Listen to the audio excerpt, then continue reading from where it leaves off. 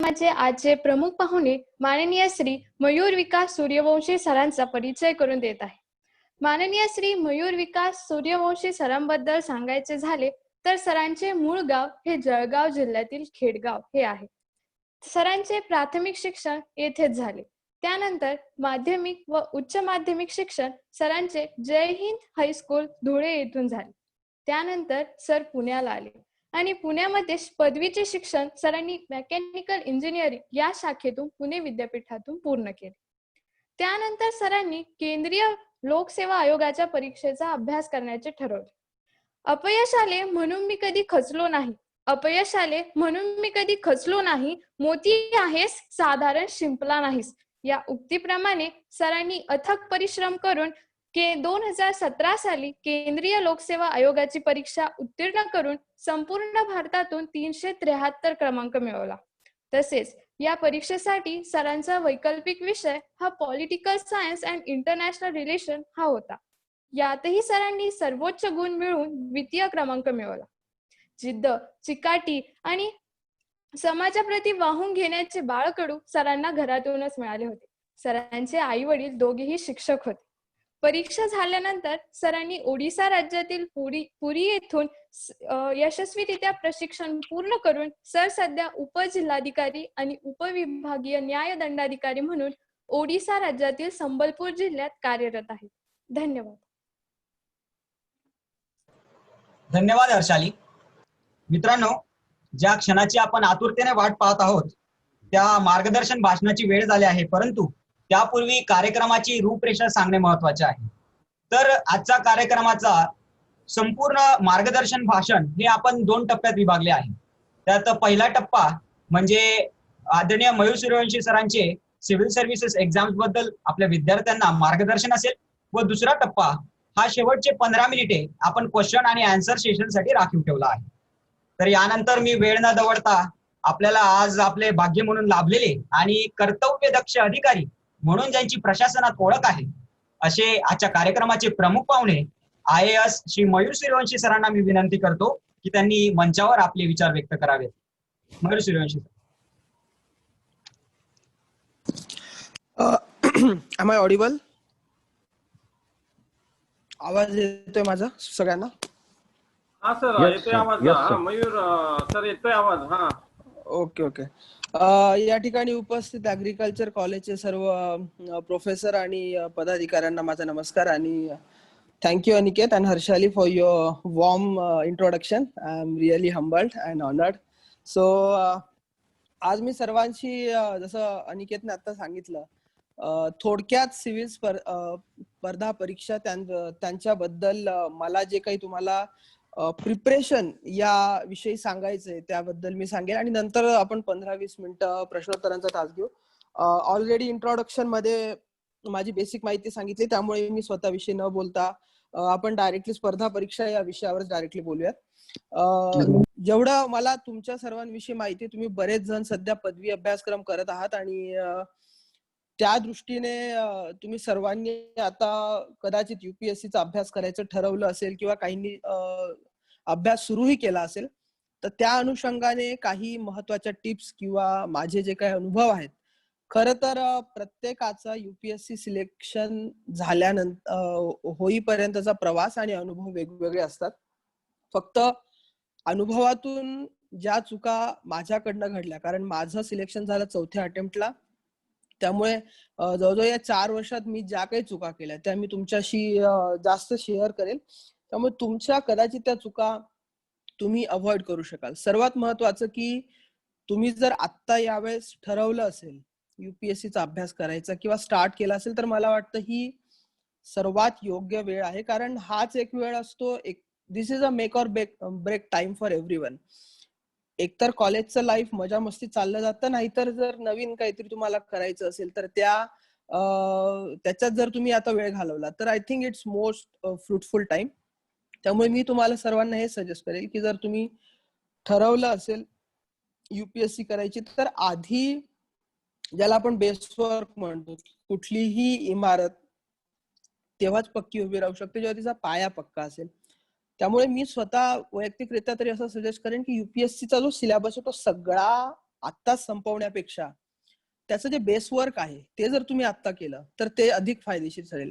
मग base work म्हणजे नेमकं मला काय म्हणायचंय तर युपीएससी मध्ये तुम्ही अनेक एक 10-15 टॉपर्सचे जर भाषण ऐकले किंवा 10-15 टॉपरची जर स्ट्रॅटेजी गुगलवर अनेक वेबसाईट आहेत, आज IAS बाबा आहे, इनसाइट आहे, विजन आहे, फोरम आहे, तुम्ही जर ती वाचली तर तुम्हाला एक लक्षात येईल की प्रत्येक टॉपरचा जो पुस्तकांचा सेट होता तो सारखा होता. साधारणतः जेवढे टॉपर होतात त्यातली फॉर एक्झाम्पल हिस्ट्री, तुम्ही कुठलाही टॉपर बघा, हार्डली एखादा टॉपर असेल की ज्याने स्पेक्ट्रमचं पुस्तक वाचलं नसेल, बाकी सगळ्यांनी स्पेक्ट्रम हे वाचलेलंच आहे. पॉलिटी तुम्ही करत असाल तर लक्ष्मीकांत शिवाय पर्यायच नाहीये. जर तुम्ही जॉग्राफी करत असाल तर एनसीईआरटी जीसी लॉंगला पर्याय नाहीये. एन्व्हायरमेंट करत असाल तर शंकर सारखा दुसरा चांगला सोर्स नाहीये. तर सांगायचं तात्पर्य, पुस्तकं तीच आहेत, मात्र तरी सुद्धा मार्कांमध्ये तफावत का, किंवा काहींचं सिलेक्शन होतं काहींचं नाही होत. मग हे का होतं, याचं बेसिक रिझन असं आहे की युपीएससी जसं ही फक्त एक ज्ञानाची परीक्षा नाहीये, महत्वाचं ती तुमच्या ऍटिट्यूडची परीक्षा आहे. तुम्ही जो अभ्यास केला तो तुम्ही किती पद्धतीने इम्प्लिमेंट करू शकता. खरं सांगायचं तर युपीएससीच्या परीक्षेच्या आधी अनेक क्लासवाले प्रिलिम्सचे पेपर सेट करतात, मेन्सचे पेपर सेट करतात, तरी सुद्धा युपीएससीचा पेपर जेव्हा ऍक्च्युअली पेपर तयार होतो त्यावेळी असं वाटतं की हा पेपर वेगळाच आहे, कुठल्याच क्लासने असा पेपर नाही काढला. तर युपीएससीचं सक्सेस हे त्याच्यातच आहे की ते दरवर्षी तुम्हाला एका नवीन पट्टीतून स्केल मधून तुम्हाला तुमची तपासणी युपीएससी करत असतं. म्हणून मला एवढं सांगायचं की या टायमिंग मध्ये तुमचा बेस पक्का करा. आता याच्यात नेमकं काय करायचं, सर्वात महत्वाचं की आता प्रचंड उलथापालथ सगळ्याच गोष्टींमध्ये चालू आहे. इकॉनॉमी असेल, पॉलिटिक्स असेल किंवा हिस्ट्री असेल, प्रत्येक गोष्टीत काही ना काही नवीन गोष्टी घडत असतात. तर याबद्दल अपडेट मी तर म्हणेन की तुम्ही जर कदाचित डिग्रीच्या शेवटच्या वर्षापर्यंत कुठल्याही पुस्तकाला, अगदी एनसीईआरटी लाही नाही हात लावला तरी काही फरक नाही पडत. बट आपल्या ज्या दैनंदिन जीवनात ज्या घडणाऱ्या घटना आहेत त्यांचा आणि युपीएससी अभ्यासाचा आणि समाजाचा नेमका काय संबंध आहे, एवढं समजून घेण्यावर जर तुम्ही भर दिला तरी खूप फायदा होतो. म्हणजे मी तर सगळ्यात महत्वाचं सजेस्ट करेल की तुम्ही पहिले 3-4 महिने फक्त पेपर वाचा, काहीच करू नका. तुम्ही जर मराठीतून तुमचं 10वी पर्यंत शिक्षण झालं असेल तर तुम्ही लोकसत्ता, सकाळ, लोकमत, त्यातल्या त्यात लोकसत्ता हा युपीएससी साठी सर्वात चांगला मानला जातो. तर तुम्ही लोकसत्ता जरी 6 महिने नुसता वाचला, 3-4 महिने नुसता वाचला, तरी तुम्हाला 3-4 महिन्यात कसं आहे की कुठलीही घटना डायरेक्ट घडत नसते. जसं इंडिया चायना सध्या फ्रंटवर बऱ्याच काही गोष्टी चालू आहेत. तुम्ही जर 3 महिने त्या न्यूज वाचत राहिला तर तुम्हाला इंडिया चायना आत्ता काय चालू आहे हे तर कळेलच, पण जे संपादकीय असतं त्याच्यात भारत आणि चायनामध्ये मागचे 500 वर्ष काय रिलेशन होते, किंवा 1962चं वॉर झालं, किंवा त्यानंतर 1993चं अग्रीमेंट झालं, 2002चं अग्रीमेंट झालं, तर हा जो सगळा इतिहास आहे तो तुम्हाला 3 महिन्यात नक्की समजेल. तर सांगायचं तात्पर्य की तुम्ही जेव्हा 4-6 महिने पेपर कंटिन्यू वाचतात तर प्रत्येक विषयात तुमची मतं तयार होतात. म्हणजे 6 महिन्यात इकॉनॉमिकच्या कितीतरी न्यूज आलेल्या असतात, हिस्ट्रीच्या कितीतरी न्यूज आलेल्या असतात, जिओग्राफीच्या, त्यातल्या त्यात क्लायमेट चेंज. फॉर एक्झाम्पल निसर्ग चक्रीवादळ आलं तर निसर्गाच्या निमित्ताने हे अरबी समुद्रात आलं. मग अरबी समुद्रात मोस्टली हे पूर्व ईस्ट कोस्टला येतं इंडियाचं, तर ह्यावेळेस वेस्ट कोस्टला आलं. मग याचे कारण काय, किंवा याच्या मागचं लॉजिक काय, किंवा वेस्ट कोस्टला सायक्लोन येणं हे किती घातक होऊ शकतं, या सगळ्या गोष्टी मग तुम्हाला त्या काळात कळतात. म्हणून मी म्हणतो की तुम्ही अभ्यासाच्या आधी 6 महिने कुठल्याही पुस्तकाला नाही हात लावला काही फरक पडत नाही, पण वर्तमानपत्रातली प्रत्येक बातमी कळली पाहिजे, म्हणजे from page 1 to last page. आणि महत्वाचं की तुम्हाला त्याच्याही आधी युपीएससीच्या सिलेबस, जो एक ढोबळमानाने म्हटलं जातं की युपीएससी म्हणजे सूर्याखालचं काही विचारलं जातं, तर तसं मुळात नाहीये. युपीएससीचा स्वतःचा असा सिलेबस ठरलेला आहे, जरी तो व्हास्ट असला तरी तो तुम्ही करू शकता. ठीक आहे, त्यामुळे तुम्ही तो सिलेबस वाचला, त्यानंतर मागच्या 10 वर्षाचे प्रिलिम्सचे आणि मेन्सचे क्वेश्चन पेपरचे अनालिसिस केले तर तुम्हाला एक लक्षात येईल की सिलेबसचा आणि क्वेश्चन पेपरचा खूप जवळचा संबंध आहे. म्हणजे मेन्स तर त्यातल्या त्यात बऱ्यापैकी सिलेबस बेस असते, मग तरी सुद्धा का प्रॉब्लेम होतो, कारण जे सिलेबस मध्ये दिलेलं आहे तेच आम्ही सोडून देतो आणि दुसरं काहीतरी वाचत बसतो. तर सांगायचं तात्पर्य की अभ्यास ऍक्च्युली सुरू करण्याच्या आधी ह्या गोष्टीचं बेसिक वर्क म्हणजे मला हेच म्हणायचंय की तुम्ही सिलेबस व्यवस्थित समजून घ्या. प्रिलिम्सचा हिस्ट्रीत काय आहे, जिओग्राफीत काय आहे, आणि त्याचं प्रश्नपत्रिका लगेच वाचा. म्हणजे तुम्ही जर आज प्रिलिमचा सिलेबस बघत असाल आणि त्याच्यात म्हटलंय की हिस्ट्री मध्ये एन्शियंट हिस्ट्री आहे, मिडिवल आहे, मॉडर्न आहे, आर्ट अँड कल्चर आहे, तर लगेच आर्ट अँड कल्चरचे क्वेश्चन बघा, लगेच मॉडर्न हिस्ट्रीचे क्वेश्चन बघा. जिओग्राफी मध्ये पण सबस्ट्रीम्स आहेत, क्लायमेटॉलॉजी आहे, वेदर आहे, तर लगेच ते क्वेश्चन बघा. थोडक्यात काय की सिलेबस आणि त्याच्यावर युपीएससी कसे प्रश्न विचारते हे जर तुम्हाला कळालं तर तुम्ही पेपरमध्ये सुद्धा सिलेक्टिव्ह राहू शकता. म्हणजे नेमकं वाचायचं कमेंट तुमच्या अभ्यासाशी रिलेटेड नाही तर you can skip that news. For example आजचा जर पेपर घेतला, मी जर 2 दिवसापूर्वी केंद्र सरकारने नवीन कायदा पारित केला कृषी क्षेत्रासंदर्भात, तर तो कायदा नेमका काय आहे, त्याच्यावरचे संपादकीय काय आहेत, त्याच्यावर मतांतर काय आहेत आणि त्याच्यावर तुमचे व्ह्यू काय आहेत. की जसं संपादकीय वाचल्यानंतर आपला काहीतरी मत असतं, म्हणजे हे संपादकीय बरोबर आहे, चूक आहे, आणि तुम्ही जेव्हा पेपर वाचतात, घटनांचं आकलन करतात, ते अभ्यासतात, त्यावेळी तुम्हाला नॅचरली कळायला लागतं की कुठल्या घटनेविषयीचं जे मत, तुमचं स्वतःचं मत तयार व्हायला लागतं. म्हणजे हा कायदा बरोबर आहे असं जर एक संपादकीय लिहित असेल तर तुम्ही त्याच्यात तुमचे पॉइंट ऍड करू शकता की अरे हा याच्यात हा पण पॉइंट असू शकतो, अरे नाही हा जो लेखक म्हणतो याच्यात काहीतरी गोष्टी चुकीच्या आहे. ती जेव्हा लेव्हल येते, ती ज्यावेळी अटेंड केली जाते त्यावेळी समजायचं की तुमचा दैनंदिन घटनांचा जो अभ्यास आहे तो चांगल्या पद्धतीने सुरू झालेला आहे. म्हणून आधी न्यूजपेपरवर तुम्ही भर द्या. त्यानंतर राहिला प्रश्न सिलेबसचा, तर सिलेबस तुमचा साधारणतः प्रिलिम्सचे 6-7 विषय आहेत, मेन्सचे 4 पेपर आहेत, त्याच्यात भरपूर सारे सब टॉपिक्स आहेत, टॉपिक्स मध्ये पण अनेक काहीतरी छोट्या छोट्या सब टॉपिक्स आहेत.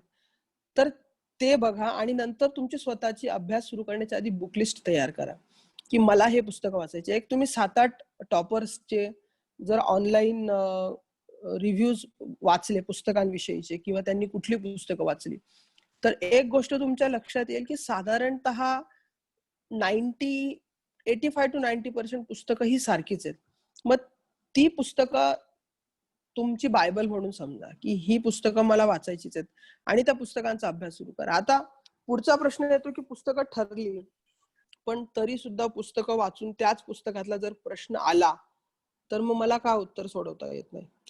याचं रिझन असं आहे की बऱ्याच वेळा स्पेक्ट्रम 10 वेळा वाचून सुद्धा हिस्ट्रीचा एखादा प्रश्न चुकतो. कारण काय की युपीएससी काय स्पेक्ट्रम मधलंच उत्तर नाही विचारत. कदाचित एखादा प्रश्न असा विचारलेला असतो की ज्याचं उत्तर भलत्याच एका पुस्तकात असेल आणि तुम्ही काय सगळी रेफरन्स बुक वाचू नाही शकत, पण स्पेक्ट्रम वाचून तुमचं एक अंडरस्टँडिंग असतं की फॉर एक्झाम्पल एखादी घटना आहे, त्या घटनेविषयी विचारलं असेल, कदाचित तुम्ही ते पुस्तक वाचलं नसेलही, पण स्पेक्ट्रम मधून तुम्हाला ती बेसिक घटना तर माहिती. मग ऑप्शन बघा की याच्यामधून काय टाळता येऊ शकतं. थोडक्यात काय, लॉजिक डेव्हलप करायचं आणि प्रिलिम्स मेन्सचा अभ्यास हा एकत्र करायचा. कधीही लक्षात ठेवा की मी आधी प्रिलिम्स करेल, नंतर मेन्स करेल, नंतर इंटरव्ह्यू करेल, असं होत नसतं.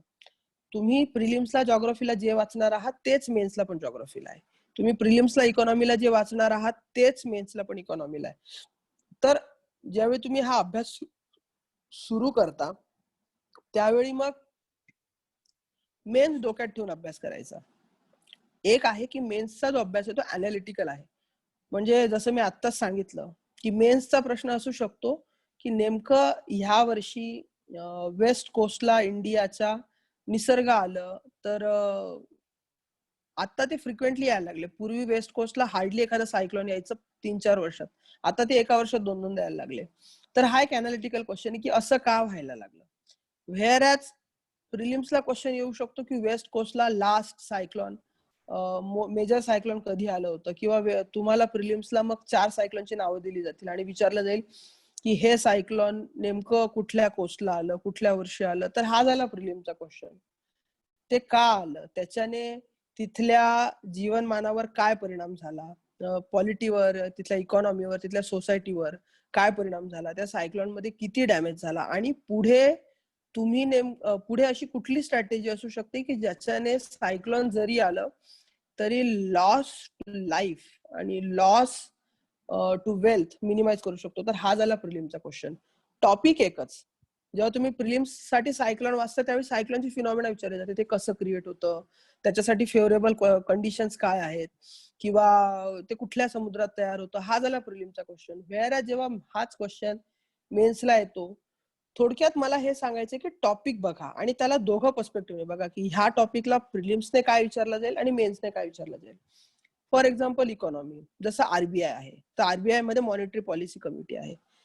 मला वाटतं की तुम्ही काही लोकांनी ऍटलिस्ट या गोष्टी जर नसतील ऐकल्यात तरी टेन्शन घेऊ नका. तुम्ही जर हळूहळू वाचत गेलात तर या गोष्टी कळेल. मला जास्तीत जास्त भर हा ऍक्च्युली अभ्यासाच्या स्ट्रॅटेजीवर द्यायचा आहे, म्हणून मी थोडंसं अकॅडमिक पर्स्पेक्टिव्हने तुमच्याशी बोलतोय. तर for example RBI monetary policy committee, कदाचित प्रिलिमला क्वेश्चन विचारला जाऊ शकतो की आरबीआय मॉनिटरी पॉलिसी कमिटीमध्ये किती मेंबर आहेत, किंवा त्या कमिटीचं कॉन्स्टिट्यूशन म्हणजे ते कमिटी कधी तयार झाली, किंवा ती कमिटीने अडॉप्ट केलेली पॉलिसी कोणती, हा प्रश्न असू शकतो प्रिलिम्सला. हाच क्वेश्चन ज्यावेळी मेन्सला येतो त्यावेळी हे विचारलं जाऊ शकतं की मॉनिटरी पॉलिसी कमिटीचे भारताला काही फायदे झालेत का. टॉपिक एकच, आरबीआय मॉनिटरी पॉलिसी, बट प्रिलिमचा क्वेश्चन वेगळा, मेन्सचा क्वेश्चन वेगळा. तर तुमच्या सिलेबस मधला एक एक टॉपिक जेव्हा तुम्ही वाचत जाता तर तुम्ही ह्या पद्धतीने बघितलं पाहिजे की याच्यात अमुक एक टॉपिक आहे की हा प्रिलिम्सला काय विचारलं जाऊ शकतं. थोडक्यात काय की तुम्ही स्वतः पेपर सेटरच्या मोडमध्ये आलं पाहिजे की ह्या टॉपिकवर काय प्रश्न विचारला जाऊ शकतो. आणि जेव्हा तुम्ही ही लेव्हल अटेन करतात, जेव्हा ह्या लेव्हल पर्यंत पोहोचतात, त्यावेळी समजायचं की आपला अभ्यास योग्य दिशेने चालू आहे. त्यानंतर क्वेश्चन येतो, तुम्ही जेव्हा ऍक्च्युअली प्रिलिम्सचा पेपर सोडवायला सुरू करतात, मग त्याच्यात अनेक गोष्टी आहेत की जसं मी प्रिलिमचा पेपर सुरू केला, मला एखाद्या प्रश्नात 4 क्वेश्चन, 4 ऑप्शन्स आहेत, 2 तर मला कळतायत नाहीयेत, पण 2 मध्ये मी कन्फ्युज आहे. याचा अर्थ काय? याचा अर्थ असा आहे की तुम्ही वाचलेला आहे, तुम्हाला टॉपिक माहिती आहे, पण जी डेप्थ ऑफ नॉलेज आहे ती माहित नाहीये. तर अभ्यास करताना 2 स्ट्रॅटेजी बघा की प्रिलिम्स आणि मेन्सच्या दृष्टिकोनातून, आणि डेप्थ ऑफ नॉलेज म्हणजे एखादा टॉपिक जर तुम्ही बघितला त्याच्यावर गुगल सर्च करा, त्या गोष्टीवर व्यवस्थित त्याची इन्फॉर्मेशन कळवा आणि go deep into that thing. आणि सर्वात महत्वाचं त्याचं लॉजिक समजून घ्या.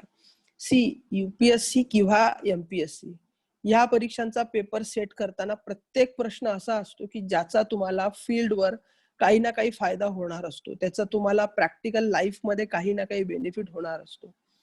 त्यामुळे प्रत्येक घटनेचं तुम्ही त्या पद्धतीने जर व्यवस्थित समजून घेतलं तर आपण जे म्हणतो की रट्टा मारणे किंवा परत परत पाठांतर करणे याची गरज कमी होते. तुम्हाला जर लॉजिक कळलं तर तुम्ही त्या पद्धतीने चांगल्या पद्धतीने त्याचं आकलन करू शकता. तर मी थोडक्यात एक सब्जेक्टचं उदाहरण देऊन तुम्हाला सांगेल की सपोज मी इकॉनॉमीचा अभ्यास सुरू केला आणि इकॉनॉमी मध्ये वेगवेगळे टॉपिक्स आहेत. तर एकदा मी टॉपिक सुरू केल्यानंतर तो टॉपिक संपेपर्यंत त्यातली प्रत्येक गोष्टीविषयी मला झोपेत जरी विचारलं तरी मला माहित पाहिजे की सपोज रेपो रेट वाढवला, नेमका काय परिणाम होणार आहे, त्याचा इंटरेस्टवर काय परिणाम होणार आहे, त्याचा सामान्यांवर काय परिणाम होणार आहे, त्याचा बिझनेसवर, त्याचा भारताचा जो एक्सचेंज रेट आहे डॉलर आणि मनी याच्या एक्सचेंज रेटवर काय परिणाम होणार आहे. याचं जे लॉजिक आहे किंवा याची जी लिंक आहे ती जर तुम्हाला कळली तर समजायचा व्यवस्थित अभ्यास झाला. इंडियन इकॉनॉमी, जीडीपी आहे, जीएनपी आहे, जीएनएच आहे, या गोष्टी काय. थोडक्यात काय की वेळ न दवडता उगाच मी युपीएससी करतोय, मी एमपीएससी करतोय, स्वतःला खूप काहीतरी जगावेगळं करतोय असं न समजता तो एक अभ्यास आहे. त्याचं व्यवस्थित डेप्थ, जसं आपण परीक्षा पास होण्यासाठी कोणाला 60 मिळतात, कोणाला 100 मिळतात, ज्या व्यक्तीला 100 मिळतात तो त्याचा अभ्यास थोडा डीप असतो. तर थोडक्यात काय, प्रत्येक टॉपिकच्या डीप पर्यंत जर तुम्ही गेलात तर त्याचा एक चांगला बेनिफिट तुम्हाला होऊ शकतो आणि त्यातून मग जसे अटेम्प्ट तुम्ही कमी करू शकता. आता मी माझ्या काय चुका झाल्या त्या मी थोडक्यात सांगेल. जसं मी पुण्यात होतो आणि अनेक लोकांना भेटलो, अनेक लोकांशी बोललो, तर मग प्रत्येक जण काहीतरी नवीन पुस्तक सांगायचं की अरे हा हे पुस्तक चांगलं आहे. आणि मी पहिल्या वर्षी प्रचंड पुस्तकं वाचली, म्हणजे हिस्ट्रीला मी 5 पुस्तकं वाचली. आणि नंतर जेव्हा मी प्रिलिम्स देऊन आलो तेव्हा कळलं की अरे हे तर मी वाचलंय पण मला आठवत नव्हतं किंवा रिव्हिजन अपुरी पडली. देन आय टूक अ प्रॅक्टिकल ॲटिट्यूड की प्रत्येक सब्जेक्टला 1 मॅक्सिमम 2, याच्या व्यतिरिक्त पुस्तकं नाही वाचायची, पण जी वाचायची ती परत परत रिपीट करायची. म्हणजे त्या पुस्तकातलं काहीही विचारलं, कुठलाही भाग विचारला तर मला आला पाहिजे. So this is the first practical thing you should understand, की कधीही पुस्तकं अति वाचन भारूड भरती उपयोगाची नाहीये. वाचा. आणि त्यात दुसरी गोष्ट, रीड डोंट रीड लेस. आपल्याला कमी नाही वाचायचंय, महत्वाचं आहे की जे आवश्यक आहे ते वाचायचंय आणि स्किप काहीच नाही करायचंय. म्हणजे प्रत्येक टॉपिक, की मला हा आर्ट अँड कल्चर टॉपिक जमत नाही तर मग मी ऑप्शनलला ठेवतो, तसं नाही करायचं. भलेही मग आर्ट अँड कल्चरला 4 पुस्तक वाचण्यापेक्षा एकच वाचा, तरी सुद्धा तुम्ही प्रश्नाचं उत्तर देऊ शकता. थोडक्यात काय, लिमिटेड वाचा, पण मल्टिपल टाइम वाचा आणि कुठलाही टॉपिक ऑप्शनला सोडू नका. परत दुसरी गोष्ट, त्याच्यात विचारलं जातं की आता अभ्यास करताय तर मग सर योजना, कुरुक्षेत्र किंवा मंथली मॅगझिन काय वाचायचं? मी म्हणेन की सगळ्यात पहिला तुमचा प्रायमरी सोर्स हा तुमचा असला पाहिजे, तुमचे न्यूजपेपर. आणि न्यूजपेपर सोबत एक कंपल्सरीली मंथली मॅगझिन हे वाचलंच पाहिजे, कारण न्यूज मधून एखादी गोष्ट सुटली तर तुम्हाला ती कळली पाहिजे. त्यामुळे एक मॅगझिन कंपल्सरीली वाचा. मग तुम्ही ठरवा कुठलं. बरेच मॅगझिन चांगले आहेत, म्हणजे व्हिजनचंही चांगलं आहे, इन्साइट्सही चांगले, तर तुम्ही डिसाईड करा. एक मॅगझिन आणि एक न्यूजपेपर कंपल्सरी हा असलाच पाहिजे. त्या महिन्याला संपलंच पाहिजे. हे टार्गेट जरी केलं तरी तुम्हाला करंट अफेअरचं काही कमी नाही पडणार, याची गॅरंटी मीच देतो. आणि स्टॅटिक पुस्तकं हे जर केलं तर तुमचा अभ्यास चांगल्या पद्धतीने सुरू होऊ शकतो. दुसरी गोष्ट, न्यूज बघायच्या का, डिबेट्स बघायचे का? तर आय विल से की आज तक, इंडिया टीव्ही, झी न्यूज याच्यावरचे जे डिबेट आहेत हे बऱ्याच वेळा एका वेगळ्या डायरेक्शनला जातात. आय वुड सजेस्ट या पूर्ण प्रोसेसमध्ये हे डिबेट्स आणि ह्या न्यूज बघूच नका. रादर आय वुड सजेस्ट की go for Rajya Sabha television and Lok Sabha television, the best information source. Government perspective, criticism perspective सगळ्या गोष्टी कळतील. म्हणजे राज्यसभा टेलिव्हिजनवर जे डिबेट असतात, मग तुमचं बिग पिक्चर असेल किंवा इंडियाज वर्ल्ड असेल, याच्यात जे लोक येऊन डिस्कशन करतात, त्यांचा जरी एखाद्या गोष्टीला त्यांचा विरोध असेल किंवा एखादा मुद्दा पटत नसेल तर ते एक स्कॉलरली आर्ग्युमेंट ठेवतात. या गोष्टी तुम्हाला बाकीच्या न्यूज चॅनलमध्ये नाही दिसणार. आपल्याला जो मुद्दा माहितीये त्याच्यावर काहीतरी आरडाओरडा करायचा आणि मग ते एकदम, see we are here to prepare for a civil services exam and not a journalism. ठीक आहे. त्यामुळे राज्यसभा आणि लोकसभा टेलिव्हिजनचे डिबेट्स तुम्हाला खूप हेल्प करतील. Go for that. ठीक आहे. तर त्यातल्या त्यात बिग पिक्चर आणि तुमचं इंडियाज वर्ल्ड ह्या 2 गोष्टी बघा. रोज रात्री ऑल इंडिया रेडिओला 9:15 वाजता बातम्या असतात आणि 9:15 ला न्यूज अनालिसिस असतं. ते तुम्ही बघू शकता. एवढं करा. आणि त्याच्या व्यतिरिक्त योजना, कुरुक्षेत्र मॅगझिन विषयी खूप विचारलं जातं. योजनाच्या बाबतीत मी सांगेन की योजना, प्रत्येक मॅगझिनची एक थीम असते आणि आय विल सजेस्ट की योजना तुम्ही आता वाचायला सुरू करा. म्हणजे महिन्याला एकच योजना येते, त्या योजनाचा एक टॉपिक असतो. फॉर एक्झाम्पल या महिन्याच्या योजनेचा टॉपिक असू शकतो की अर्बनायझेशन इन इंडिया. तुम्ही पूर्ण योजना 80 पानाची वाचण्याची काही गरज नाहीये. याच्यात पण प्रॅक्टिकल ऍटिट्यूड ठेवा. सगळ्यात महत्वाचं, योजनातलं जर कुठल्याही योजनेतलं जर पेज असेल तर I would suggest that is editors desk. Editor desk मध्ये त्या योजनेमध्ये नेमकं काय कव्हर केलेलं आहे हे अगदी संक्षेप मध्ये दिलेलं असतं. म्हणजे अर्बनायझेशन जर दिलेलं असेल तर योजनाच्या एडिटर डेस्क मध्ये भारतातले अर्बनायझेशन कुठल्या पद्धतीने चालू आहे, त्याचे प्लस काय आहेत, त्याचे मायनस काय आहेत आणि फ्युचर काय, या सगळ्या गोष्टी तुम्हाला एका एडिटोरियल डेस्क पेजला मिळतील. तुम्ही ते जरी डेस्क वाचलं तरी तुम्हाला कळेल की योजनामध्ये काय. आणि त्याच्यानंतर फक्त 2 ते 3 टॉपिक वाचायचे. फॉर एक्झाम्पल जर अर्बनायझेशनची योजना असेल तर त्याच्यात 2-3 आर्टिकल असतील which will cover urban sprawl, urban slums. 1-2 article जे कव्हर करतील की अर्बन मधल्या इंडस्ट्री, अर्बन ट्रान्सपोर्ट. तर प्रत्येक टॉपिकचं एकच आर्टिकल पकडायचं. अर्बन ट्रान्सपोर्ट, मी जर अर्बन ट्रान्सपोर्टचं एक आर्टिकल पकडलं, ते वाचलं, त्याच्या नोट्स बनवल्या, पुढचे 1.5 ते 2 वर्ष मला काहीच गरज नाही पडली पाहिजे. मग त्याच्यात मी फक्त न्यूजपेपर मधून अपडेट केलं पाहिजे.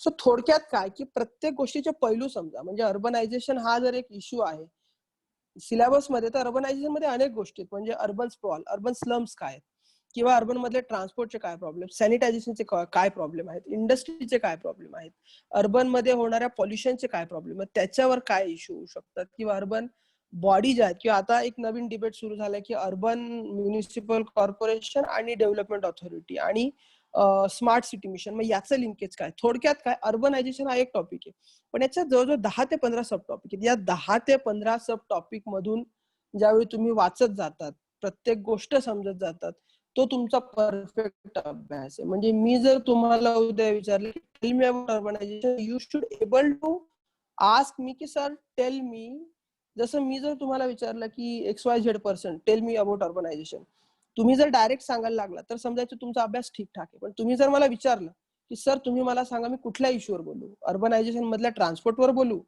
इंडस्ट्रीवर बोलू, पोल्युशनवर बोलू, द थिंग इज प्रत्येक मुद्द्याचे, प्रत्येक कुठलाही मुद्दा घ्या, म्हणजे अगदी सेल्फ हेल्प ग्रुप जरी घेतला तरी त्याच्यात 10 टॉपिक आहेत. तो कधी तयार झाला, सेल्फ हेल्प ग्रुपमध्ये त्याची डेफिनेशन काय, त्याचा बेनिफिट काय, त्याचा कन्सेप्ट काय, त्याचा एम्पॉवरमेंटवर काय परिणाम झाला, गव्हर्नमेंटच्या स्कीम्स काय. जो टॉपिक मिळाला त्याच्यावर गुगलवर प्रचंड वाचा आणि त्याच्या नोट्स बनवा आणि तो टॉपिक संपवून टाका. हे जर केलं तर तुमचा अभ्यास एक चांगल्या पद्धतीने होऊ शकतो. आणि अजून एक प्रश्न मला बऱ्याच वेळा फेसबुकवर मेसेज येतात की सर रायटिंग प्रॅक्टिस कधी करायची, हा खूप महत्वाचा प्रश्न आहे. या बाबतीत माझं थोडंसं मत वेगळं आहे. मी म्हणेन की जोपर्यंत तुमच्याकडे सफिशियंट कंटेंट नाही तोपर्यंत रायटिंगच्या भानगडीत पडूच नका. ऍटमॅक्स क्वेश्चन बघा, पण जोपर्यंत कंटेंट नाहीये तोपर्यंत तुम्हाला त्याचं रायटिंग नाही करता येणार. अगदी थोडक्यात जर सांगायचं झालं तर एक 10-15 दिवसापूर्वी केशवानंद भारती यांचं निधन झालं. कदाचित भरपूर लोकांनी ती न्यूज वाचली असेल. आता मी जर तुम्हाला सांगितलं की केशवानंद भारती या गोष्टीवर तुम्ही 10 ओळी लिहा, तुम्ही पेपरमध्ये जे वाचले तेवढंच लिहिणार की केशवानंद भारतीने हे झालं. So that is not a detail study. Keshavananda Bharati नेमकं काय, तर भारतीय राज्यघटनेत काही कलम होते, त्या कलमांच्या विरोधात केंद्र सरकार, राज्य सरकार यांची वेगळी मतं होती, सुप्रीम कोर्टाची वेगळी मतं होती, जनसामान्यांची वेगळी मतं होती, आणि या सगळ्या चर्निंग मधून मग ती केस सुप्रीम कोर्टात गेली. सुप्रीम कोर्टाने काहीतरी ऐतिहासिक निर्णय दिला आणि मग केशवानंद भारतीचा ऐतिहासिक खटला जन्माला आला. थोडक्यात काय की केशवानंद भारती पेपरमध्ये वाचून 10 ओळी लिहिणं म्हणजे रायटिंग प्रॅक्टिस नाही. केशवानंद भारती या केसचा पूर्व इतिहास, त्याचा प्रेझेंट आणि त्याचा भारतावर झालेला परिणाम, या 3 फेजेस मधलं नॉलेज जेव्हा तुम्हाला मिळतं त्यावेळी समजायचं की तुमचा केशवानंद भारती आणि डॉक्ट्रिन ऑफ बेसिक स्ट्रक्चर हा एक टर्म आहे जी तुम्ही जेव्हा ऍक्च्युअली अभ्यास कराल तेव्हा तुमच्या लक्षात येईल. तर मग ही गोष्ट तुमच्या हळूहळू लक्षात येईल. थोडक्यात काय की दैनंदिन जीवनात येणाऱ्या प्रत्येक गोष्टीचं सखोल आकलन, इन डिटेल नॉलेज जसं तुम्ही मिळवत जाल न्यूजपेपर मधून, आणि काही गोष्टी अशा असतात की ज्याचा फक्त एक उल्लेख असतो. फॉर एक्झाम्पल तुम्ही जर इंडिया चायना वाचत असाल तर काही काही पेपर आहेत, हिंदुस्तान टाइम्स किंवा द हिंदू, याच्यात एक टर्म परत परत येते की चायनामध्ये कल्चरल रिव्हॉल्युशन झालं, चायनामध्ये द ग्रेट लीप फॉरवर्ड वगैरे काहीतरी कन्सेप्ट आली. तर कदाचित पेपरमध्ये एक्सप्लेन झालेलं नसेल, तर जस्ट गुगल दॅट टर्म की what is great leap forward, what was cultural revolution. थोडक्यात काय की तुम्ही जेव्हा जेव्हा जी गोष्ट वाचताय, जी तुमच्या नवीन लक्षात येते, ती गोष्ट इमिडिएटली तुम्ही सुरुवात केली पाहिजे सर्च करायला. आणि जर तुम्ही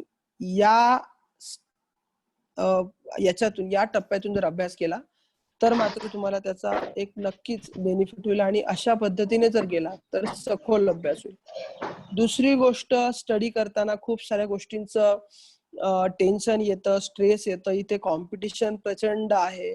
म्हणजे 8 ते 10 लाख लोक फॉर्म भरतात, त्यातले 6 लाख लोक परीक्षा देतात, आणि फक्त एक साधारणतः 16-17 मेन्स लिहितात. त्यात परत 2 ते 3 हजार इंटरव्ह्यू देतात आणि शेवटी मग 1000 लोक सिलेक्ट होतात.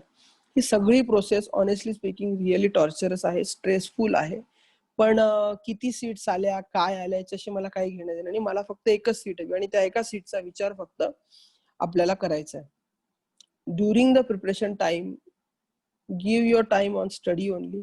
तुम्हाला हॉबीज असतील किंवा तुम्हाला कुठलीही तुमची हॉबी असेल तर ती नक्की जपा, because it will act as a stress buster तुमच्यासाठी. सर म्युझिक ऐकायची आवड असेल किंवा मूवी पाहायची आवड असेल तर ती तुम्ही जपा.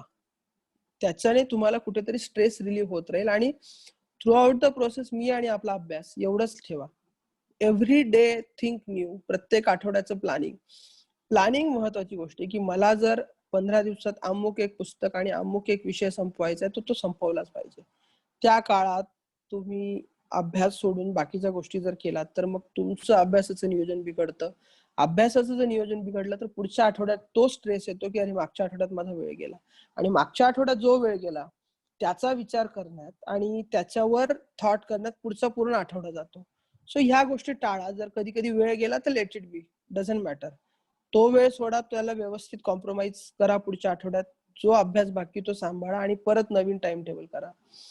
सो नियोजन व्यवस्थित ठेवा की मला किती काळात काय संपवायचंय, मला किती काळात रायटिंग प्रॅक्टिस करायची, मला किती काळात प्रिलिम्सचा अभ्यास करायचा आहे, मेन्सचा अभ्यास करायचा आहे, and follow it strictly. So जसं सगळेच जण म्हणतात की जिद्द, सातत्य आणि चिकाटी हाच युपीएससीचा मूलमंत्र आहे किंवा स्पर्धा परीक्षांचा मूलमंत्र आहे. जर तुम्ही नियोजन केलं, आधीच सगळं प्री प्लॅन केलं आणि तुमचं स्वतःचं टाइम टेबल फॉलो केलं, आणि don't sway by the public opinion, की कोणी तुम्हाला आलं आणि सांगितलं की अरे अभ्यासाची तुझी मेथड चुकीची. नो, तुम्ही जी मेथड यूज करताय, जी अवलंबत आहे, बिलीव्ह मी ती योग्य आहे आणि स्वतःवर विश्वास ठेवा. मला जर दिवसातून 2 सब्जेक्ट वाचायची सवय आहे तर मी 2 वाचेल. उगाच कोणीतरी मला येतो आणि सांगतो की अरे नाही 2 सब्जेक्ट नाही वाचायचे, त्याच्याने लिंक तुटते. पण तुम्हाला जर ते कम्फर्टेबल वाटत असेल तर करा. आणि युपीएससीचा प्रत्येकाचा जर्नी वेगवेगळा असतो. खूप सारे परम्युटेशन कॉम्बिनेशन मी या 4 वर्षात बघितलेत. म्हणजे काही लोक पहिल्या अटेम्प्ट पासून इंटरव्ह्यूला जात होते पण नाही सिलेक्शन झालं. काही लोकांचं 3-3 वर्ष प्रिलिम्सच नाही झाली, चौथ्या वर्षी एकदम पोस्ट काढली. काही लोक दरवर्षी मेन्स लिहित होते पण इंटरव्ह्यूला सिलेक्ट होत नव्हते. अल्टिमेटली प्रत्येकाचा या परीक्षेविषयीचा अनुभव हा वेगवेगळा असणार आहे. आमचाही होता आणि तुमचाही असणार आहे. सो थोडक्यात काय की सुरुवात केलीये तर पूर्ण करायचं एवढाच एक ऍटिट्यूड ठेवा. प्रॅक्टिकल ऍटिट्यूड ठेवा. नियोजन चुकवू नका आणि सातत्याने अभ्यास करा. जर ह्या गोष्टी तुम्ही केल्या खूप बेनिफिट होईल. आणि आता जसं एक टॉपिकचं नावच होतं की पोस्ट कोविड किंवा ड्युरिंग द कोविड, मी थोडक्यात बोलेन. कोविडमुळे बऱ्याच वेळा काय झालं की पुणे असतील किंवा दिल्ली असतील अभ्यास करणारे बरेच लोक घरी गेलेत, आणि त्याचे अनेक फायदे तोटे पण आहेत. कारण बऱ्याच वेळा असं होतं की तुम्ही लायब्ररीचा तुमचा सिरियस ग्रुप असेल तर तुम्ही अभ्यास करतात, चहाला जाताना किंवा डिनर लंचला जाताना डिस्कशन करतात, तर ते कुठेतरी हॅम्पर झालं असेल तर तुम्ही ऑनलाईन मोड मधून ते करत राहा. आणि जसं आमच्या लायब्ररीत पण असं व्हायचं की आमचा 5-6 लोकांचा ग्रुप होता. जर इन केस कोणी अभ्यास एखाद दिवशी कंटाळा आला असेल तर त्याला बाकीचे रागवायचे, अरे व्हाय आर यू नॉट स्टडिंग, आणि मग परत आपण अभ्यास. तर ऑनलाईन मोड मध्ये थोड्याशा या गोष्टी मिस होऊ शकतात, but believe me this is a temporary phase. Entire world is fighting with Covid. प्रत्येकाचे वेगळे कन्सर्न आहेत कोविड विषयी. शेतकऱ्यांचे कोविडला घेऊन वेगळे कन्सर्न आहेत, डॉक्टरांचे वेगळे आहेत, आम्ही अधिकारी जेव्हा काम करतो आमचे वेगळे आहेत. तर हा टेम्पररी फेज आहे. साधारणतः मे बी ऑक्टोबर-नोव्हेंबर पर्यंत थोडस अजून सिच्युएशन सुधारेल आणि थोडस आपण नॉर्मलायझेशन कडे कदाचित यायला लागू post November. I am not sure. मी जे बोलतोय ते वेगवेगळे जे लिटरेचर येत आहेत पेपर्स मध्ये किंवा रिसर्च पेपर मध्ये, त्याच्या बेसिसवर मी बोलतोय. साधारणतः नोव्हेंबर नंतर कदाचित थोडीशी सिच्युएशन अजून नॉर्मल होईल आणि तुम्ही परत एकत्र येऊन सगळ्या गोष्टी अभ्यास करू शकाल. तोपर्यंत जिथे आहात तो टाइम दौडू नका आणि 2 महिन्याची वाट पण बघू नका.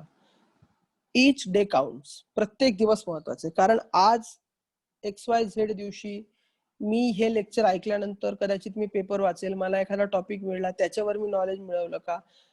युपीएससीचा सिलेबस किंवा स्पर्धा परीक्षांचा सिलेबस हा थेंबे थेंबे तळे साचणार आहे. प्रत्येक दिवशी काही ना काही ऍड करत जा. एकही दिवस असा नसला पाहिजे की तुम्ही नवीन काहीतरी नाही केलं किंवा तुमच्या ज्ञानात काही भर नाही पडली. सो प्रत्येक दिवसाचं नियोजन आणि प्रत्येक दिवशी काहीतरी ऍड करा, त्याच्या नोट्स बनवा आणि हळूहळू नॉलेज अक्युम्युलेट करा.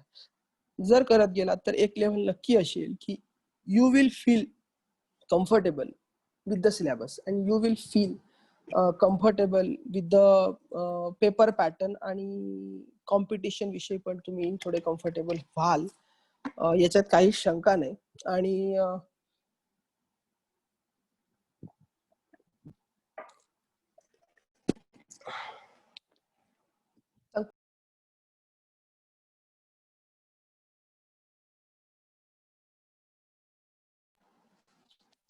तर हेच आहे की कोविडचा जो 2 महिन्याचा टायमिंग आहे तो व्यवस्थित वापरा आणि जेव्हा तुम्ही परत एकत्र याल, परत तुमचे क्लासेस कॉलेज सुरू होतील, त्यावेळेस मात्र you will be able to tell your friends की मी माझ्या कोरोनाच्या काळाचा कसा उपयोग केला.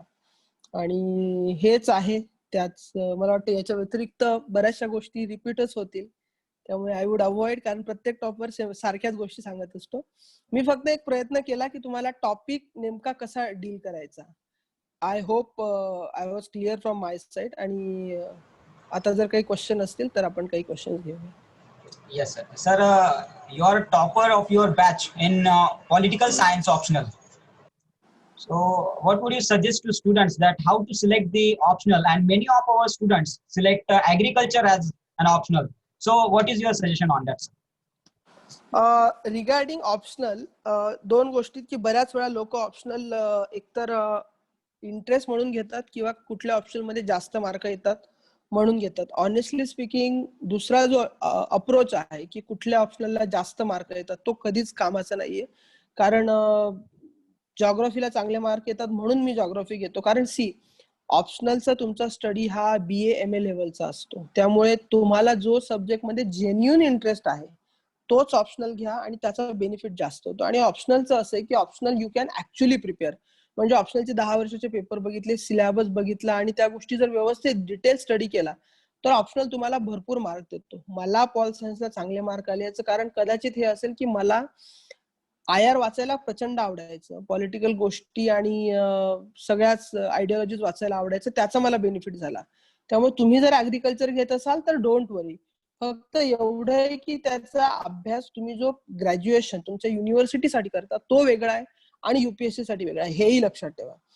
बऱ्याच वेळा असं होतं की पॉल सायन्स मध्ये कदाचित JNU मध्ये टॉप केलेला स्टुडंट UPSC मध्ये पॉल सायन्सला टॉप करेलच याची काहीच गॅरंटी नाही. कारण तुमचा युनिव्हर्सिटीचा पेपर, त्यातल्या त्यात सोशल सायन्सेसचा पेपर आणि UPSCचा याच्यात फरक असतो.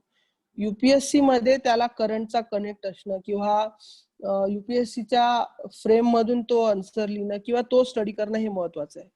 पण तुम्हाला जो सब्जेक्ट इंटरेस्ट असेल, जर तुम्ही जेन्युइन इंटरेस्ट वाला सब्जेक्ट घेतला आणि त्याच्यात जर जास्त एफर्ट दिले तर मला वाटतं ऑप्शनल मध्ये नक्कीच चांगला बेनिफिट होऊ शकतो. Thank you sir. यानंतर आपण जनरल ऑडियन्स कडनं क्वेश्चन आणि आन्सर सेशन सुरू करूया. तर मित्रांनो, त्यासाठी आपल्या मोबाईल किंवा कम्प्युटर स्क्रीनवर मोर ऑप्शनला जाऊन आपण रेज हँड करू शकतात. ज्याचा क्वेश्चन असेल मी त्याला 1 by 1 अनम्यूट करून आपण चेट सरांना प्रश्न विचारू शकतात. Please raise your hands if you have questions. Aniket, we can take 2-3 questions at a time and I will answer them at the same time. So 2-3 question एकत्र घे. Yes, sir. So I will request Rushikesh Uge, Ajay Shinde, and Vaibhav. First, Rushikesh Uge, ask your question. Good morning sir. माझा प्रश्न आहे की international relation हा खूप vast topic आहे, तर त्यामध्ये UPSC ओरिएंटेड अप्रोच कसा असायला पाहिजे आणि त्याचे व्हॅलिड रिसोर्सेस कोणते असायला पाहिजे. धन्यवाद sir. Thank you, Rushikesh. Then I will ask Vaibhav to unmute and ask the question.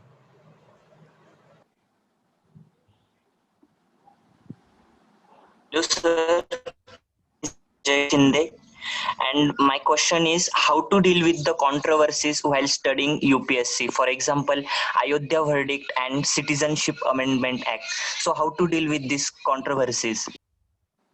Okay. Thank you, Ajay. Then I will ask Parimal Thorat to unmute and ask the question. Hello sir. Sir, माझा प्रश्न असा आहे की जेव्हा आपण newspaper reading करतो तर त्याच्या नोट्स कोणत्या प्रकारे काढावे. Okay. The rest of the questions we will discuss later on.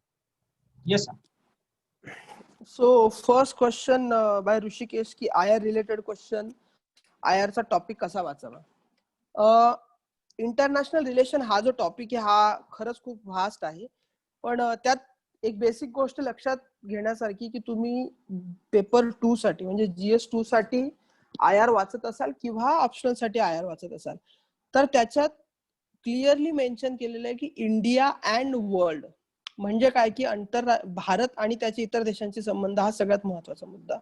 म्हणजे Bharat Russia, Bharat America, Bharat China, Bharat Japan, Bharat south Africa, Bharat Latin America. So थोडक्यात काय, आयआरचं सगळ्यात पहिलं सूत्र लक्षात ठेवायचं की त्याचा 2 पार्ट मध्ये स्टडी करायचं. एक IR as a strategy and IR as a current affairs. What do I mean by IR as a strategy?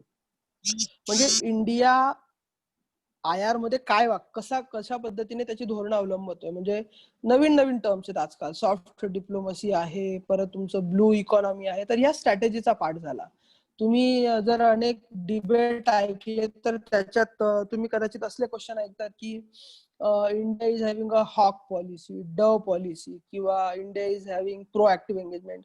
या सगळ्या गोष्टी तुम्ही हिंदू वगैरे पेपरमध्ये बघत असतात. तर एक स्ट्रॅटेजी नेमकी काय आहे भारताची, जसं डायस्पोरा आहे तर this is known as your soft power. तर हा एक स्ट्रॅटेजीचा पार्ट झाला, त्याचा स्टडी करायचा. दुसरी गोष्ट ऍक्च्युअल करंट अफेअर, म्हणजे इंडिया अमेरिकेमध्ये काय घडतंय, कुठला करार घडतोय, त्याचा काय फायदा होणार आहे, काय तोटे होणार आहे, तो अभ्यास करायचा. तिसरी गोष्ट सोर्सेस काय. सर्वात महत्वाचं आयआर साठीचा सोर्स, जर तुम्ही हिंदू वाचत असाल तर हिंदू आयआर साठी एक चांगला सोर्स आहे. पण जरी तुम्ही हिंदू वाचत असाल, आणि specifically I am talking about political science optional student साठी, इंडियन एक्सप्रेस इज मस्ट. त्यातल्या त्यात इंडियन एक्सप्रेस मध्ये एडिटोरियलचे जे पेज असतात त्याच्यावर जेही आर्टिकल्स येतात आयआर रिलेटेड, इंडियन एक्सप्रेसचा आयआरचा कव्हरेज, त्यातल्या त्यात आयआरचा एडिटोरियलचा कव्हरेज खूप चांगला आहे. त्यातलं C Raja Mohan, wonderful person who wrote on India's foreign policy. तर हिंदू मधलं एडिटोरियल, आयआर मधलं एडिटोरियल, आणि हिंदुस्तान टाइम्स एक न्यूजपेपर आहे.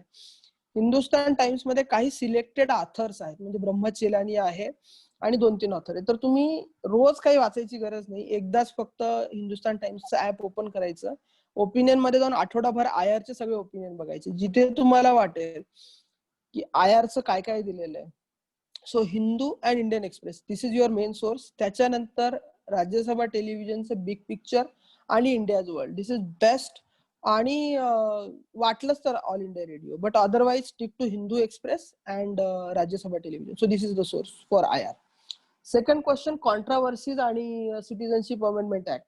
सी, बिईंग अ स्टुडंट, जेव्हा युपीएससी सुद्धा क्वेश्चन विचारते तर ते सुद्धा एका बॅलन्स ऍटिट्यूड मध्ये विचारते. आणि महत्वाचं हे आहे की तुमचं forget about the controversy, Ayodhya controversy, तर त्याच्याविषयी किंवा सिटिझनशिप अमेंडमेंट, सगळ्यात महत्वाचं तुम्हाला त्याची हिस्ट्री माहित असली पाहिजे आणि तुमचं त्याच्यावरचं स्वतःचं मत. The only thing is your thought should be reasonable. ठीक आहे, महत्वाचं की बऱ्याच वेळा काय होतं की कोणीतरी एक्स्ट्रीम ओपिनियन देते की नाही इथे हे व्हायलाच नाही पाहिजे, ते व्हायलाच नाही पाहिजे. थोडक्यात काय की तुमचं काहीही ओपिनियन असेल तर ते असं असलं पाहिजे की जे तुम्ही समोरच्याला एक्सप्लेन करतात, it should not look like extremism. ठीक आहे, इंडियाच्या काही कॉन्स्टिट्युशनल व्हॅल्यूज आहेत, इक्वॅलिटी, लिबर्टी, फ्रीडम, ब्रदरहुड. या व्हॅल्यूला तुमचं ओपिनियन या सगळ्या व्हॅल्यू इन्क्लूड करणार असलं पाहिजे. जर तुम्ही असं ओपिनियन फॉर्म करू शकलात, believe me, it's a non controversial opinion.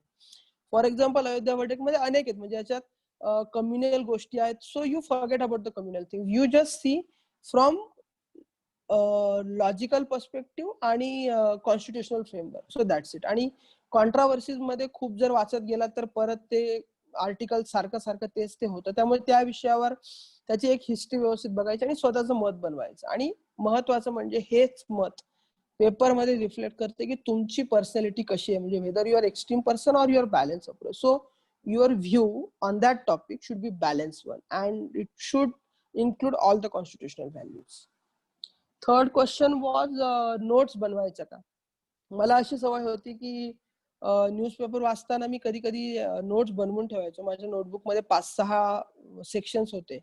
जर एखादं जॉग्राफिकचं लोकेशन आलं तर मी लिहून ठेवायचो की फॉर एक्झाम्पल गॅलापॅगोस आयलँड, किंवा तुमचं आता अफगाणिस्तानमध्ये वखान कॉरिडॉर सध्या न्यूज मध्ये आहे, किंवा उयगुर प्रोव्हिजन. तर ह्या गोष्टी मी लिहून ठेवायचो. उयगुर प्रोव्हिजन कुठे आहे, तर चायनामध्ये.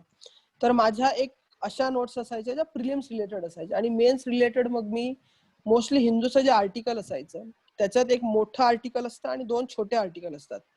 तर कधी कधी जर आर्टिकल खूप मोठं असेल तर मी तिथेच महत्वाच्या लाईन्सला अंडरलाईन करून ते कापून नोटबुक मध्ये चिपकवून ठेवायचो आणि नंतर रिपीट करायचो. आणि जर छोटं आर्टिकल असेल तर त्यातला जो क्रक्स आहे तो एक 10-15 ओळीत लिहून काढायचो. So this was my strategy. आणि याच्याने माझं एक व्हायचं की रायटिंग प्रॅक्टिस पण व्हायची आणि नोट्स पण बनायचं. So this was my strategy for making notes out of newspaper. ठीक आहे. So next round of questions please. Yes. Thank you, sir. Next, I will ask Sakshi Jagtap to unmute and ask the question. Sakshi. Yes, sir. Sir, I'm audible? Yes, yes. Please continue. Sir, agriculture engineering करत असताना आपण optional maths as optional करू शकतो का तयारी? कुठला option? Can you repeat the question please? Maths. Okay, ठीक आहे. Okay, next question. I will ask Mahale Pranjali to unmute and ask the question. Good morning sir. माझा क्वेश्चन असा आहे की UPSCच्या प्रिलियम्स मध्ये CSATचं प्रिपरेशन कसं करायचं आणि त्यासाठी कोणते सोर्सेस चा यूज होऊ शकतो, कोणते बुक्स रेफर करावे? The next question from Swapnil Nade. I will ask him to unmute and ask the question, please. Good morning, sir. Sir, my question is, how is our student life changes from a fellow student who is... Swapnil, please speak loudly. Speak loudly. We are unable to hear you. Hello, Speak sir. loudly. Am I audible? Yes yes. हा yes. Sir, म्हणजे आपण life कशी change होती? म्हणजे 8-9 तास library मध्ये बसणारा एक student, ते सेपरेट केबिन मध्ये बसणारा ऑफिसर आणि सगळ्या जगाकडे बघण्याचा आपला दृष्टिकोन कसा बदलत जातो? Okay. Okay, thank you. Continue. Yes. Okay, so first question साक्षीचा होता रिगार्डिंग ॲग्रिकल्चर आणि maths. See, my honest opinion I am giving you people, I don't know how you will take it, but my honest opinion is go for social sciences. I don't know, but most of the time what happens is की जे technical subject आहेत, math, physics, chemistry, एकतर आपण जेव्हा I don't know Sakshi what is your background, but agriculture engineering. Okay, no you are till 10th student, till 10th standard. जेवण नाही करणार पप्पा म्हणले. तो बऱ्याच वेळा काय होतं की फिजिक्स, केमिस्ट्री आपण स्टेट बोर्डला ज्या पद्धतीने शिकतो आणि UPSC ला जे विचारलं जातं याच्यात प्रचंड फरक आहे. त्यामुळे त्याची जी लेवल आहे ती प्रचंड खूप हाय. एकतर मग तुम्हाला त्याच्यात खूप मेहनत करावी लागेल. अदरवाईज सोशल सायन्सेसचा एक बेनिफिट हा असतो की तुम्हाला GS ला पण फायदा होतो. पण जर तुम्ही ठरवलंच असेल की मॅथ्स घ्यायचाच आहे, देन त्याचे क्वेश्चन पेपर बघा, एकदा त्याचा सिलेबस बघा आणि नंतर मॅथ्सचा विषय घ्या. बाकी जर मॅथ्स करायचाच असेल then you have to start from now. But my personal suggestion, go for social sciences like geography, history, polity, anthropology, and public administration, like these subjects. This is my personal opinion purely. ठीक आहे.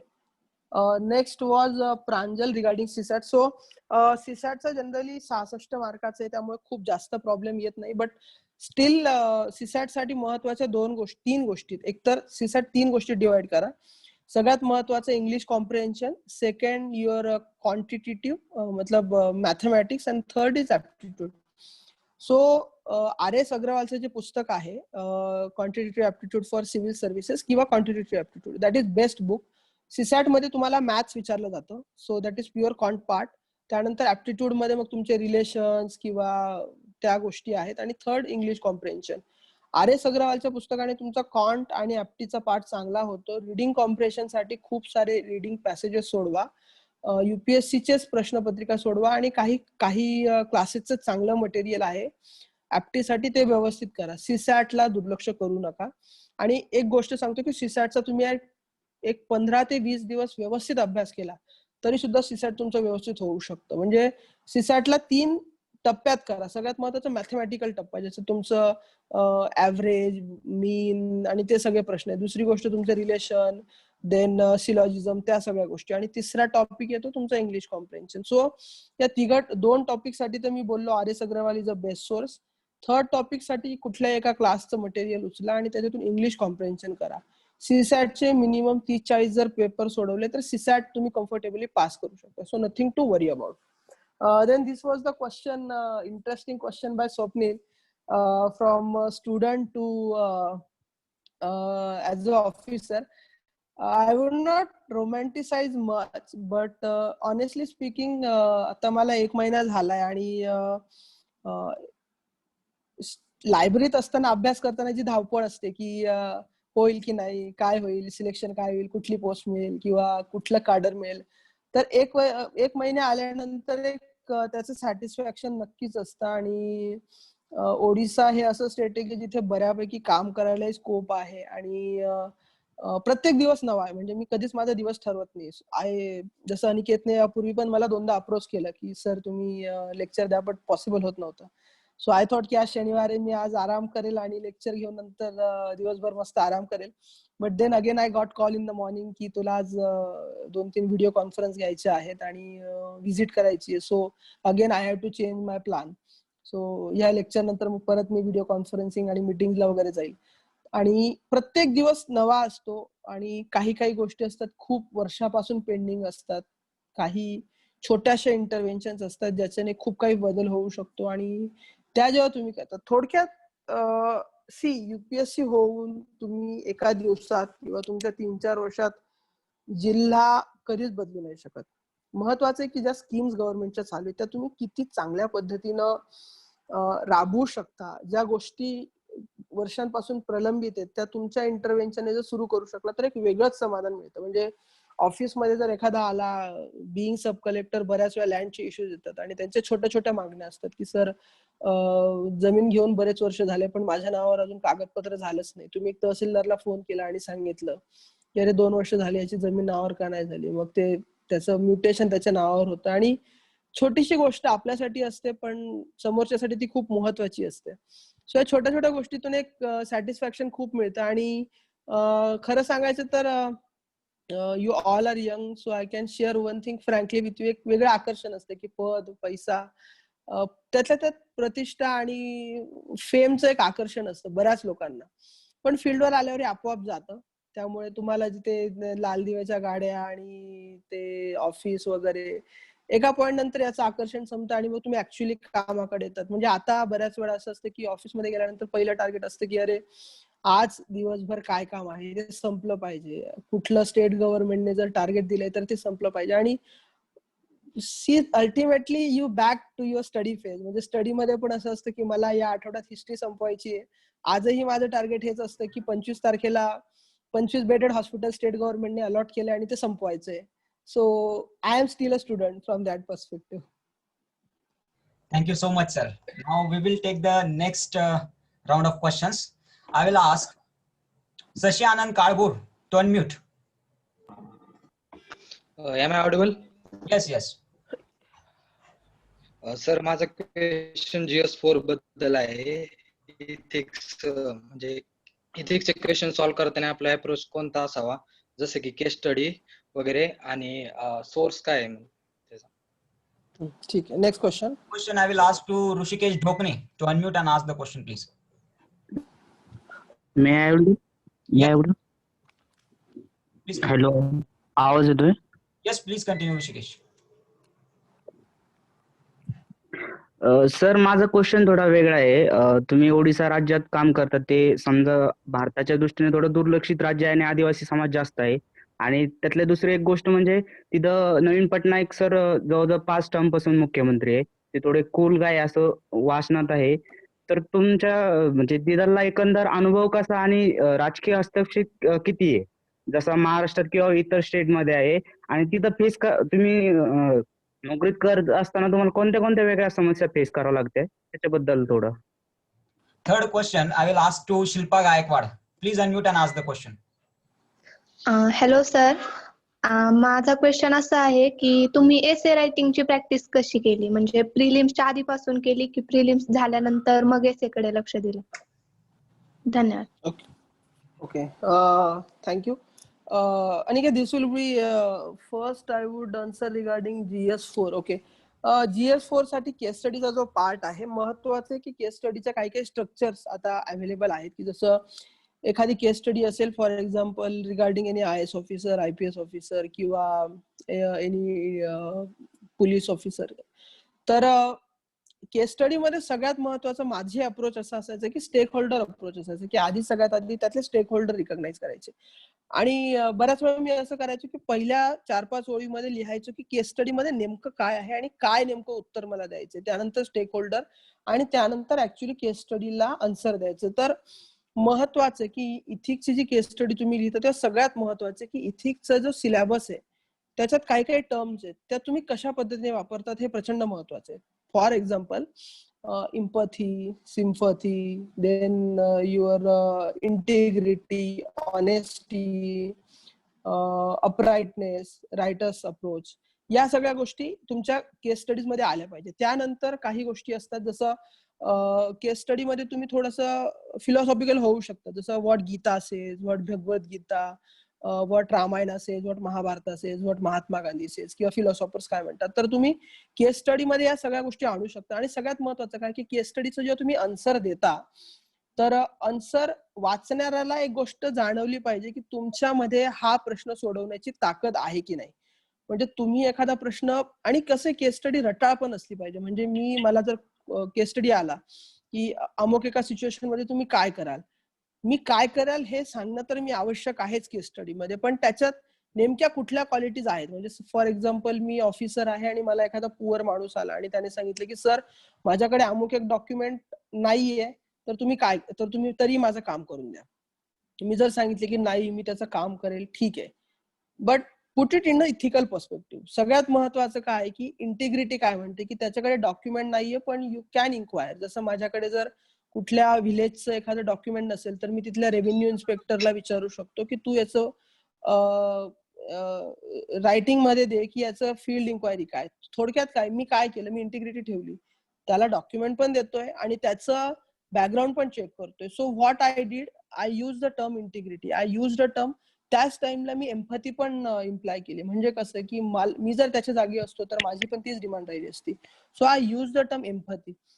थोडक्यात काय की ethics केस study मध्ये तुम्ही ज्या ज्या गोष्टी करतायत त्या एका फ्रेम मध्ये पुट करा.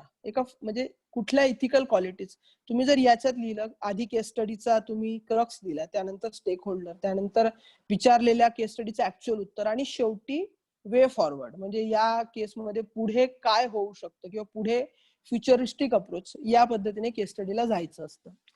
दुसरी गोष्ट ऋषिकेशने मला वाटतं विचारली होती अबाउट ओडिसा, त्याच्यावर मी नंतर बोलतो. त्याच्या आधी मी एसे रायटिंग वर बोलेन. एसेचं मी थोडंसं दुर्लक्ष झालं होतं माझं, त्यामुळे I paid a huge cost of it in my third attempt. I got tremendously low mark in essay, and because of that I could not make to the final list. When people got average 130, I got only 85 marks in essay. Then in next attempt I focus on essay. After prelims I started writing essay, but now this is really important question. Ethics आणि essay या दोघं गोष्टीला just wait for a minute, I have one call. I will join you. Yes sir, yes.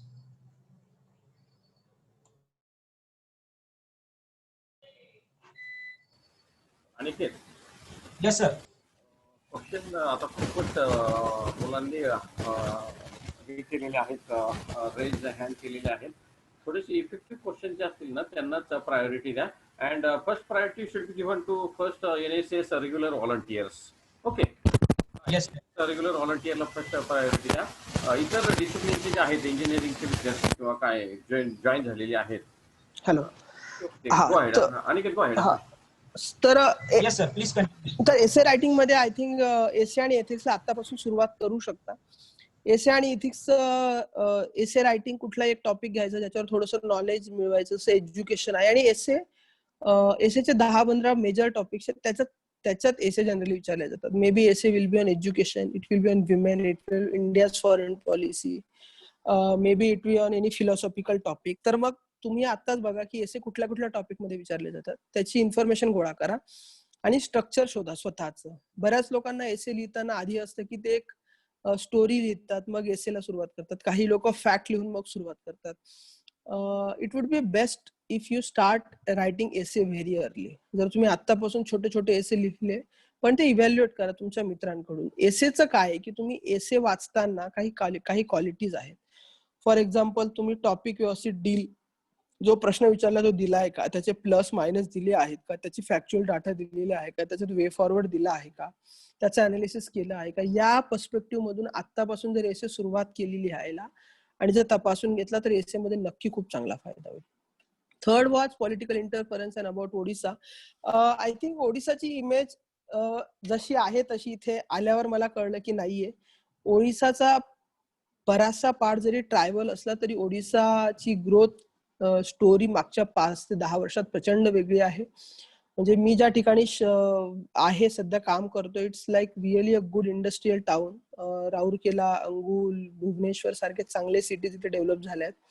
आणि Odisha is a mix bag, म्हणजे tribals plus modern दोघा गोष्टी आता खूप चांगल्या पद्धतीने ग्रोथ ओडिसामध्ये होती आहे. आणि पॉलिटिकल इंटरफरन्स कम्पॅरेटिव्हली इकडे कमी आहे, बट नाहीच असं नाही, इथे होतं. सगळ्यात महत्वाचं पॉलिटिकल इंटरफेरन्स कसं डील करायचं याची एक तुम्ही स्ट्रॅटेजी असते, ती तुम्ही आपोआप फील्डवर आल्यावर समजतात. बऱ्याच वेळा डिमांड काही खूपच चुकीच्या असतात असं नसतं. फक्त एक असतं की कदाचित तुम्हाला त्या शासकीय दृष्टिकोनातून थोड्याशा चुकीच्या वाटतात, तर तुम्ही त्या गोष्टी व्यवस्थित समजून जर केल्या तर पॉलिटिकल इंटरफरन्स त्याच्याशी डील करणं हळूहळू माणूस बरोबर शिकतो असं. ठीक आहे. So Aniket, next and last set of question actually. ठीक आहे. Yes, sir. This is last set of questions, and I will request all the participants to be quick. I will ask first year NSS volunteer Vaibhav Navrade to ask the question. Yes, please. आवाज येतोय? Continue. हा, ठीक आहे. तर मला विचारायचं होतं की आता रिसेंट मध्ये प्रशांत भूषण कॉन्ट्राव्हर्सरी झाली, तर त्यात ज्युडिशियरीचा महत्वाचा रोल होता. तर अशा केसेसकडे आपण ऍज ऍस्पिरंट कसं बघायचं, आणि आणखी एक होता की प्री आणि मेनचा सोबतच अभ्यास कसा करायचा म्हणजे. ठीक आहे. Next. Okay. Next question I will ask to Ganesh Abang.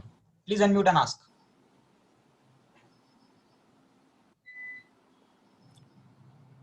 Okay. Next I will ask to Shubham Memane to unmute and ask. Hello sir, माझा प्रश्न म्हणजे आतापर्यंत आहे ना, माझं 1ली ते 10वी पर्यंत सगळं शिक्षण मराठीतून झालेलं आहे, पण मी आता फलटणला सेकंड इयर BSc ऍग्रिकल्चर मध्ये शिकतोय आणि मी UPSC ला जस्ट आताच सुरुवात केली अभ्यासाला. तर मी इंग्रजीतून M. लक्ष्मीकांत सरांचं पुस्तक वाचायला सुरुवात केली, तर मला प्रत्येक पॅरेग्राफ मध्ये 5-10 शब्द म्हणजे आढायला लागले की मराठीतून अर्थासाठी. तर मी ते सर्च करून देऊन ठेवतोय, पण सगळं असं हँडल करणं सगळे अवघड वाटते. तर काय करावं? तुम्हाला असा प्रॉब्लेम सुरुवातीला आलेला का? तर तुम्ही कसा फेस केला? Okay, sir. We will end the questions now. Thank you. I will take the last question first regarding this Marathi and English. माझं 10वी पर्यंतचं शिक्षण मराठीत झालं होतं, त्यामुळे मला पण हा प्रॉब्लेम आला होता. पहिले 4-5 महिने प्रचंड प्रॉब्लेम येतो, कारण बऱ्याचशा गोष्टी माहित नसतात. कारण आपण जी इंग्रजी शिकतो बोर्डासाठी आणि UPSC याच्यात फरक आहे.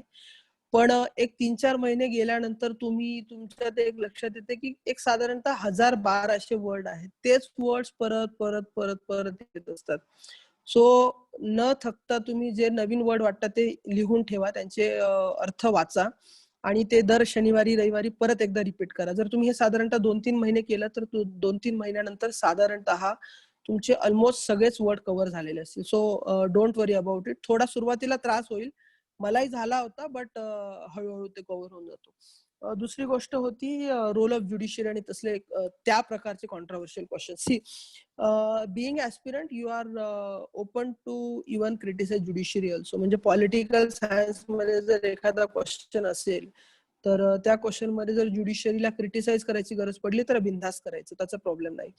महत्वाचं आहे की क्रिटिसिझम पण कन्स्ट्रक्टिव्ह असली पाहिजे. म्हणजे एक UPSC ऍस्पिरंट जी क्रिटिसिझम करतो आणि एक सामान्य माणूस जी क्रिटिसिझम, सामान्य in the sense constitutional angle मधून न बघणारा, तर त्याच्यात एक डिफरन्स असतो. सो क्रिटिसिझम हे for a sake of criticism असू शकतं किंवा कन्स्ट्रक्टिव्ह क्रिटिसिझम असू शकतं. फॉर एक्झाम्पल, जर काहींनी अभ्यास केला असेल तर there is one controversial case call SDM Jabalpur. ठीक आहे.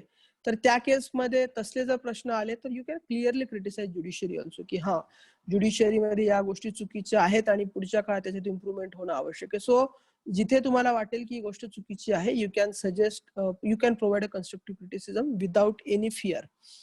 Okay, so this is ultimately analysis part. Third thing is pre plus mains. मी हा क्वेश्चन ऑलरेडी डील केलाय की प्री आणि मेनचा क्वेश्चन कसा टॅकल करायचा, की प्रत्येक टॉपिक वाचताना त्याला 2 पर्स्पेक्टिव्ह मध्ये बघायचं, की हा क्वेश्चन प्री मध्ये कुठल्या पद्धतीने विचारला जाऊ शकतो आणि मेन्स मध्ये कुठल्या पर्स्पेक्टिव्हने विचारला जाऊ शकतो.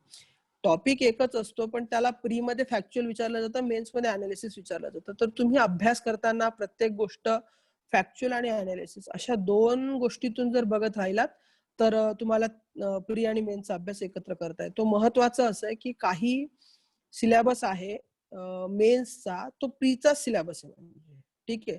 सो प्रीचा सिलेबस हा तुमच्या मेनच्या सिलेबसच्या साधारणतः 55 ते 60% असेल आणि 40% सिलेबस मेनचा जो एक्स्ट्रा आहे, ज्याच्यात मग तुमचं गव्हर्नन्स येतं, वर्ल्ड हिस्ट्री येतं, इथिक्स येतं, परत इंटरनल सिक्युरिटी वगैरे येतं त्याच्यात. तर आधी कॉमन सेट ठरवा की कुठले टॉपिक प्री आणि मेन्सला कॉमन आहेत, ते व्यवस्थित करा.